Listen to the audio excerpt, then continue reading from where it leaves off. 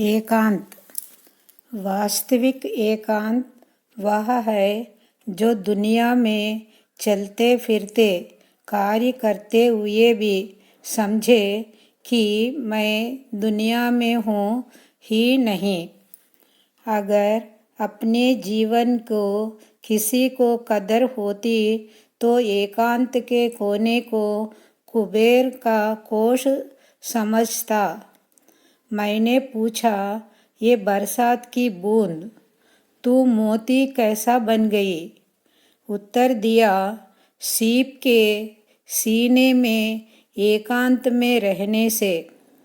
जब दो व्यक्ति आपस में मिलते हैं तब झगड़े के उत्पन्न होने की संभावना रहती है।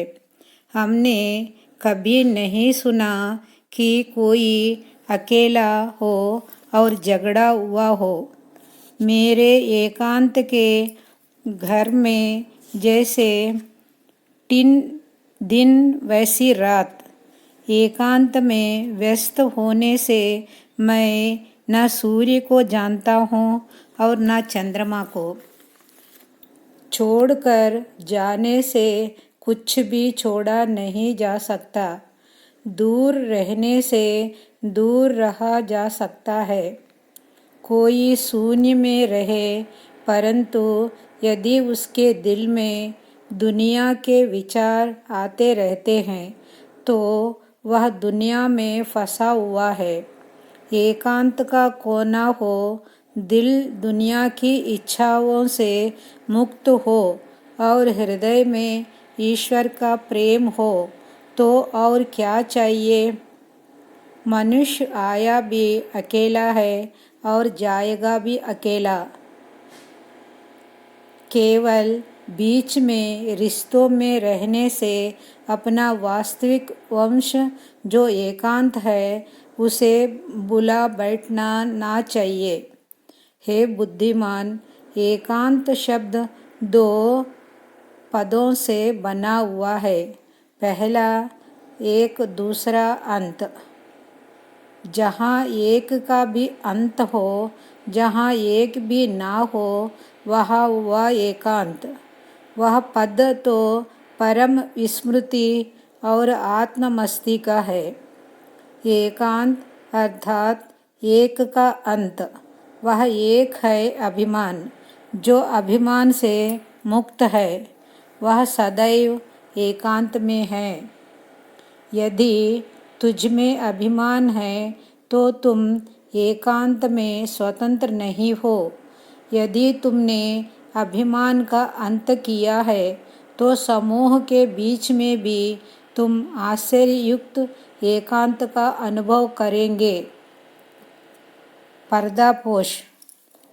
पराये दोष देखने से उसके पाप उतरकर अपने पर आकर पड़ते हैं। जो दूसरे से बुराई का संदेह लाता है वह वास्तव में स्वयं बुरा है। वह व्यक्ति कैसे न आनंद में है जो किसी में भी पाप का संदेह नहीं लाता।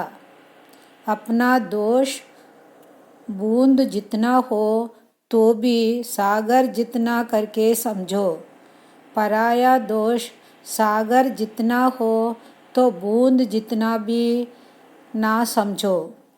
किसी बुद्धिमान का वचन है कि क्रोध है मेरा भोजन और पर्दे पोशी है मेरा भेष।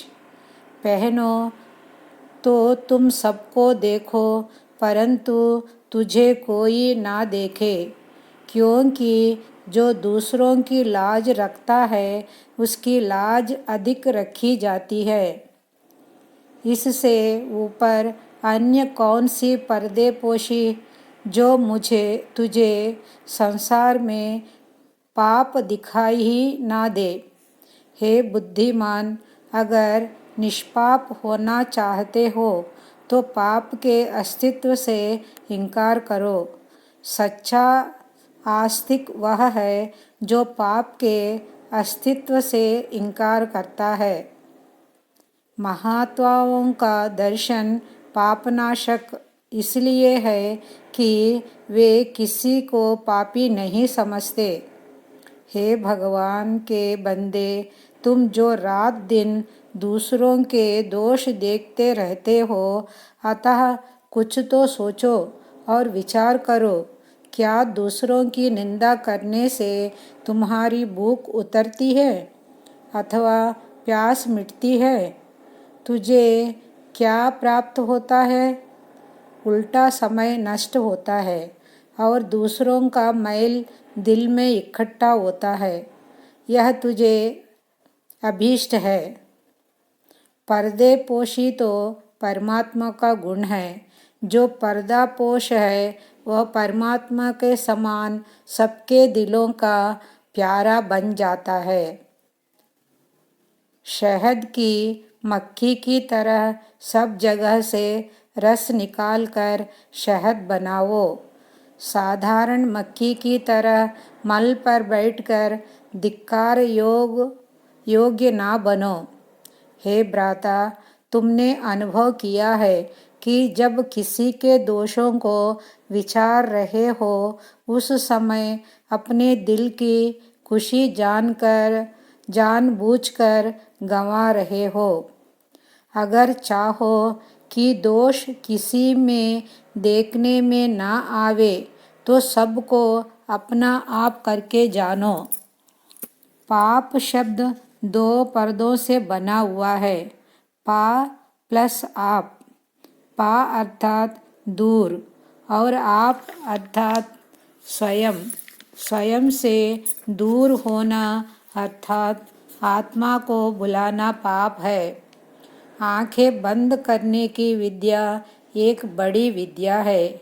गुरु नानक देव जी ने मर्दने को कहा कि आंखें बंद करो। दुनिया को विदित है कि इस बरकत के द्वारा उसे एक क्षण में लाकर सुमेर पर्वत पर पहुंचाया सच है कि यदि कोई आंखें बंद करने की विद्या सीखे तो एक क्षण में सब जगह पहुंच सके। विचार। घर हे बुद्धिमान, जो करो वह विचार करके करो।